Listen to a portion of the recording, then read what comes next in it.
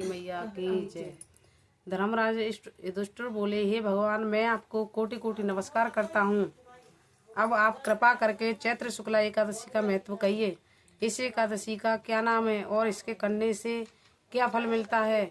श्री कृष्ण भगवान बोले, धर्मराज, एक समय यही प्रश्न राजा दिलीप ने गुरु वशिष्ठ से किया था। तब गुरु वशिष्ठ ने कहा, राजन, चैत्र मास के शुक्ल पक्ष में कामदा नाम की एकादशी आती है। वह परम पुण्यमयी है। यह सभी पापों को जलाकर राख के समान नष्ट कर देती है। यह पुत्र पौत्र देने वाली होती है। इससे मनुष्य कुमनी से छूट जाता है। और अब इसकी कथा कहता हूँ, ध्यानपूर्वक सुनिए। प्राचीन काल में रतनपुर नामक एक सुंदर नगर था। वहाँ अनेक प्रकार ऐश्वर्यों से युक्त पौंडरिक नामक का एक नाग राज्य करता था। रतनपुर नगर में अनेक अप्सराएं, किन्नर तथा गंधर्व भी निवास करते थे। उनकी ललिता नामक अप्सरा और ललिता नामक गंधर्व भी रहते थे। वे दोनों पति पत्नी के रूप में रहते थे। उन दोनों में अत्यंत प्रेम था।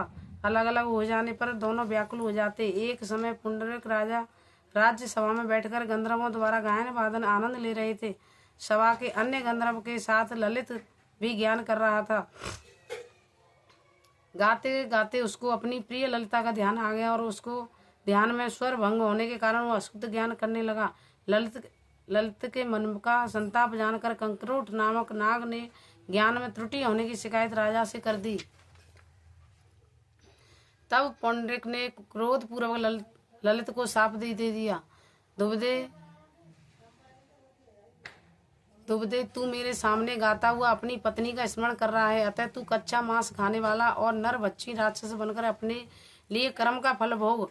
पौंडरिक के श्राप से ललित उसी क्षण विकराल राक्षस हो गया और वह अनेक दुख भोगने लगा। जब उसकी प्रतिमा ललिता को यह सब मालूम हुआ तो उसका अपने पति की विकराल आकृति देखकर मन ही मन अत्यंत दुख हुआ और वह अपने पति के उद्धार का मार्ग सोचने लगी। एक बार ललिता अपने पति के पीछे घूमती घूमती विंध्याचल पर्वत पर पहुंच गई, जहाँ पर श्रृंगी ऋषि का आश्रम था। ललिता शीघ्र ही श्रृंगी ऋषि के आश्रम में गई और वहां जाकर विनीत भाव से प्रार्थना करने लगी, हे मुनिदेव, मैं बहुत दुखी हूँ, आप मेरी विपत्ति का निवारण कीजिए। उसे देखकर श्रृंगी ऋषि बोले, हे सुव्यंगे, तुम कौन हो और यह किस लिए आई हो। ललिता बोली, हे मुनि श्रेष्ठ, मेरा नाम ललिता है। मेरे स्वामी राजा पौंडरिक के श्राप से विशालकाय राक्षस हो गए हैं, उनके उद्धार का कोई उपाय बतलाइए। श्रृंगी ऋषि बोले, हे गंधर्व कन्या, अब चैत्र शुक्ला एकादशी आने वाली है, जिसका नाम कामदा एकादशी है। उसका व्रत करने से मनुष्य के सब कार्य सिद्ध होते हैं।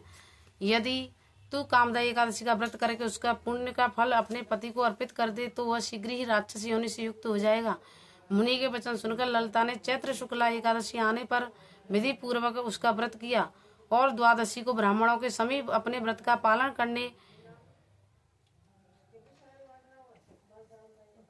अपने व्रत का फल अपने पति को देते हुए भगवान के समक्ष प्रार्थना करने लगी, हे प्रभु, मैंने जो यह व्रत किया है उसका फल मेरे पति देव को प्राप्त हो, उसके पुण्य से वो राक्षस योनि से मुक्त हो जाए। एकादशी का फल देते ही राक्षस पति राक्षस योनि से मुक्त होकर अपने पुराने स्वरूप को प्राप्त हुआ। फिर अनेक सुंदर वस्त्र भूषण से युक्त होकर वे दोनों विमान में बैठकर स्वर्गलोक को चले गए। वशिष्ठ मुनि कहने लगे, हे राजन, इस व्रत को विधि पूर्वक करने से समस्त पाप नष्ट हो जाते हैं तथा राक्षस जैसी योनि की भी छूट जाती है। संसार में उसके बराबर कोई और दूसरा व्रत नहीं है। इसकी कथा व महत्व पढ़ने या सुनने से वाजपेयी यज्ञ का फल प्राप्त होता है। फलाहार इस दिन लौंगों का सागर लेना चाहिए, अर्थात ओंगों